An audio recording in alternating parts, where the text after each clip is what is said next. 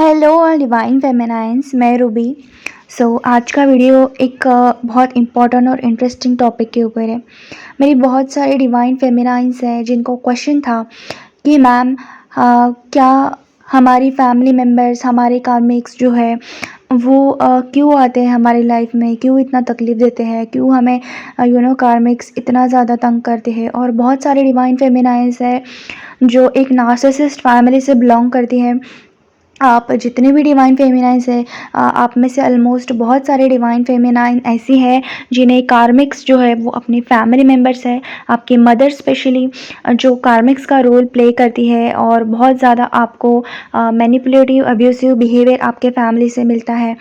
तो बहुत सारे डिवाइन फेमिनाइन का क्वेश्चन था कि मैम प्लीज़ इसके ऊपर वीडियो बनाओ, थोड़ा बहुत समझाओ कि कैसे कार्मिक्स बॉन्ड होते हैं, कैसे इस टाइप से हमें कार्मिक्स चूज़ करते हैं और कैसे पहचानें हमारे कार्मिक्स को।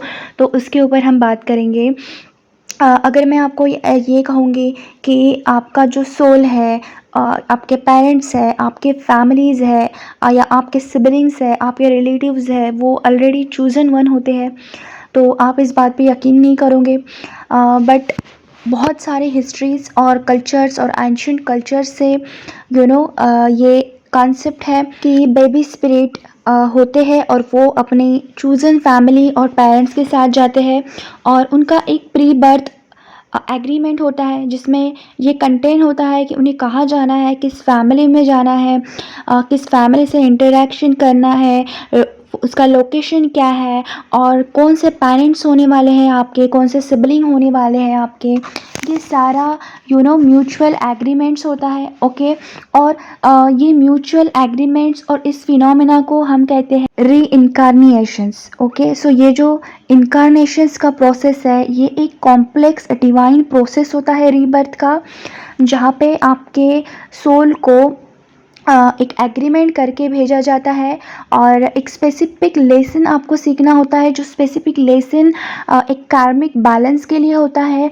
और एक एग्रीमेंट करके आपको भेजा जाता है और वहाँ पे डिसाइड किया जाता है कि कौन से बेसिस पे और किस इंसान से आपको कौन सा लेसन सीखना है और कैसा आपका कार्मिक बॉन्ड होना चाहिए, ओके। तो उस टाइप से आपका एग्रीमेंट पहले ही डिसाइड होता है, आपके स्पिरिट गाइड स्पिरिट बेबीज़ को भेजते हैं। तो जब मैं मेरे भाई को, मेरी बहन को अभी भी बताती हूँ कि मैं एक डिवाइन फेमिनाइन हूँ या मुझे एंजल्स नंबर दिखते हैं, मुझे एनर्जी फील, तो वो बहुत हंसने लगते हैं। तो वो यही कहते हैं, अच्छा तुम देवी हो, तुम्हें इतना समझता है, तुम भगवान हो। बट हम भगवान नहीं है, ना ही हम कोई भगवान का अवतार है, बट हम एक ऑलरेडी चूज़न वन बेबीज़ है, चूज़न वन स्पिरिट है जो इस दुनिया में आए हैं अपना कर्मा क्लियर करने के लिए। हमारा बार बार बहुत सारे रिलेशनशिप से होकर भी या फैमिली मेम्बर के साथ अच्छा होकर भी हमारा रिलेशन उनके साथ अच्छा नहीं होता, या बहुत सारे रिलेशनशिप जो होते हैं बाकी लोगों के साथ वो बहुत कार्मिक बॉन्डिंग से गुजरते हैं। और तो हम ऑलरेडी एक चूज़न वन सोल्स है, इसलिए हमारे साथ ये सब होता है। और हम एक ही इंसान से, वही वही इंसानों से हर एक लाइफ में मिलते हैं। जैसे लॉर्ड बुद्धा ने भी कहा है, बुद्धिज़्म में है, जैनिज़्म में है कि हम मरते हैं, हमारा शरीर में मरता है बट हमारी आत्मा कभी नहीं मरती है, हमारी आत्मा हमेशा बरकरार रहती है। और जब हम नेक्स्ट बर्थ लेते हैं तब हम भूल जाते हैं कि हमारे पिछले पेरेंट्स, हमारे पिछले सिबलिंग कौन होते हैं, बट वो सेम सिबलिंग, सेम पेरेंट्स किसी रूप में हमारे साथ फिर से इस लाइफ में लेते हैं। आपके कार्मिक्स, हो सकता है आपके कार्मिक्स ये आपको कुछ सबक सिखाना हो, या आपके कार्मिक्स को अपनी तकलीफ दी है तो आपके कार्मिक्स का रोल आपकी मदर कभी कभी प्ले करती है आपके लाइफ, इस लाइफ में। या ऐसा भी हो सकता है आपका सोल इस लाइफ में, आप डॉटर की लाइफ आपने ली है बट आपकी मदर जो है वो ऑलरेडी आपके लिए चूज़न थी, बट इसके पहले वाली लाइफ में ये भी हो सकता है कि आप उनकी मदर रही हो, वो आपकी डॉटर रही हो। तो इस हिसाब से भी लोग कर्मा क्लियर करते हैं और इस टाइप से आपके कर्मास का एग्रीमेंट होता है ताकि आप उससे कुछ सबक ले सको। तो अब इस लाइफ में अगर आपको आपकी फैमिली कोई कार्मिक्स मिला है या आपकी मदर कार्मिक्स मिली है, तो आपको कहीं ना कहीं इस लेसन से गुजरना पड़ेगा, क्योंकि आपने आपकी मॉम को पिछली लाइफ में जो भी दुख दर्द दिए हैं उस के लिए आपको इस लाइफ में उनसे कुछ लेसन सीखना है। और वो कर्मा जो है आपको क्लियर करना है, इसलिए आपके बहुत सारे डिवाइन फेमिनाइन्स हैं जिनको मदर या फैमिली मेम्बर्स से कोई नार्सिसिस्ट मिलता है।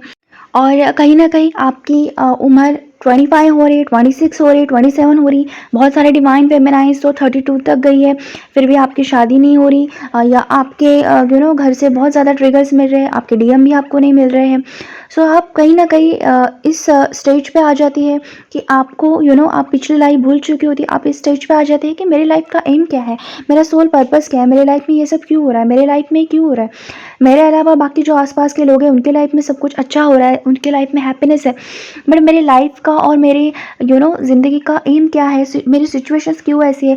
जब आप क्वेश्चन करते लगते हो, जब आपको इस जर्नी में पता नहीं होता है इस जर्नी के बारे में, तब आपको एंजल्स नंबर दिखना और ये सारी चीज़ें दिखना और ट्विन फ्लेम जर्नी के बारे में पता चलना, ये सारी चीज़ें शुरू हो जाती है दिखना, ताकि आप आपका सोल पर्पस कंप्लीट कर पाए, आपका कर्मा रिलीज़ कर पाए।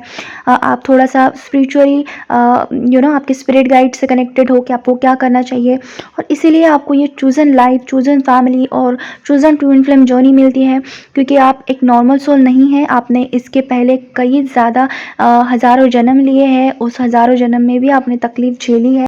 तो मैं आपको यही सजेशन करूँगी कि अगर आपके फैमिली मेम्बर से अगर आपका कोई कर्मा है जुड़ा हुआ, तो मैं ये कहूँगी कि आप आपका कर्मा बहुत अच्छा रखिए।